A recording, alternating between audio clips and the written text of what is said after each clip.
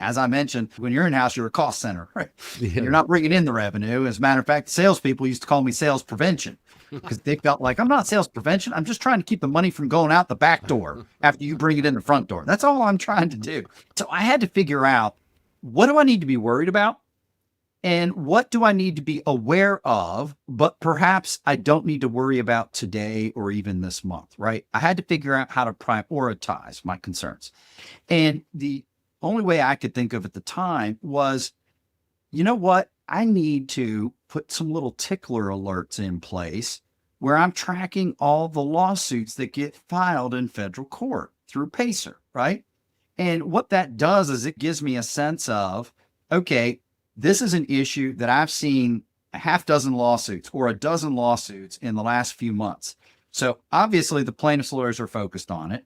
They're obviously trying to drive an issue. And so maybe that's something that I need to focus on internally, right?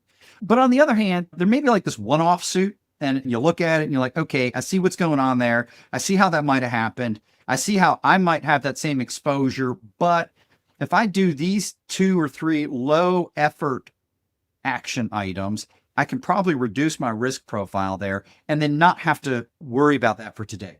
And so what I started doing was just tracking this data year over year. So I got a sense as to what was theory of the day in the plaintiff's bar. What were they focusing on? What was kind of a one-off? And so, once I went back out to private practice, I decided I would start sharing that data in an annual presentation, very data driven. What you got to be careful of is not letting the anecdote, the single really bad case, drive everything else you do. Right. Because yes, the bad thing happened. And yes, it was a bad outcome for that competitor in your space, but it may be the case that you shouldn't let it drive some of your other decision making, right? And so it kind of gives you a big picture view. And so I love doing that.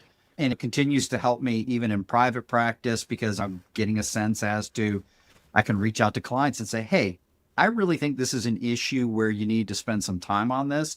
We need to do some changes to your procedures and your operations, maybe even your fulfillment processes. Because look, someone else, I'm seeing this trend and others are dealing with it. Let's try and fix it for you before it becomes an issue for you.